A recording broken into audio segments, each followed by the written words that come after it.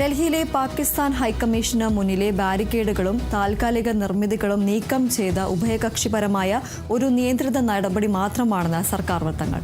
അനധികൃതമായി സ്ഥാപിച്ചിരുന്ന ക്യൂ നിയന്ത്രണ സംവിധാനവും ഷെഡുമാണ് ഇവിടെ പൊളിച്ചു നീക്കിയത്. നേരത്തെ ഇസ്ലാമാബാദിലെ ഇന്ത്യൻ ഹൈക്കമ്മീഷന് മുന്നിൽ പാകിസ്ഥാൻ സമാനമായ നടപടി സ്വീകരിച്ചിരുന്നു. നിലവിൽ ഈ വിഷയത്തിൽ നടപടികൾ ഇതിന് പുറത്തേക്ക് കൊണ്ടുപോകാൻ ആഗ്രഹിക്കുന്നില്ലെന്നും ഇന്ത്യൻ ഉദ്യോഗസ്ഥർ വ്യക്തമാക്കിയിട്ടുണ്ട്. കഴിഞ്ഞ ദിവസമാണ് പാകിസ്ഥാൻ ഹൈക്കമ്മീഷന് മുന്നിലെ ട്രാഫിക് ബൊള്ളാർഡുകളും ബാരിക്കേഡുകളും വിസ വിഭാഗത്തിന് സമീപത്തെ ഷെഡും നീക്കിയത്. ഇതിന് 3 ദിവസം മുമ്പ് ഇസ്ലാമാബാദിലെ ഇന്ത്യൻ ഹൈക്കമ്മീഷന് മുന്നിലെ സുരക്ഷാ ബാരിക്കേഡുകൾ പാക് അധികൃതർ നീക്കം ചെയ്തിരുന്നു.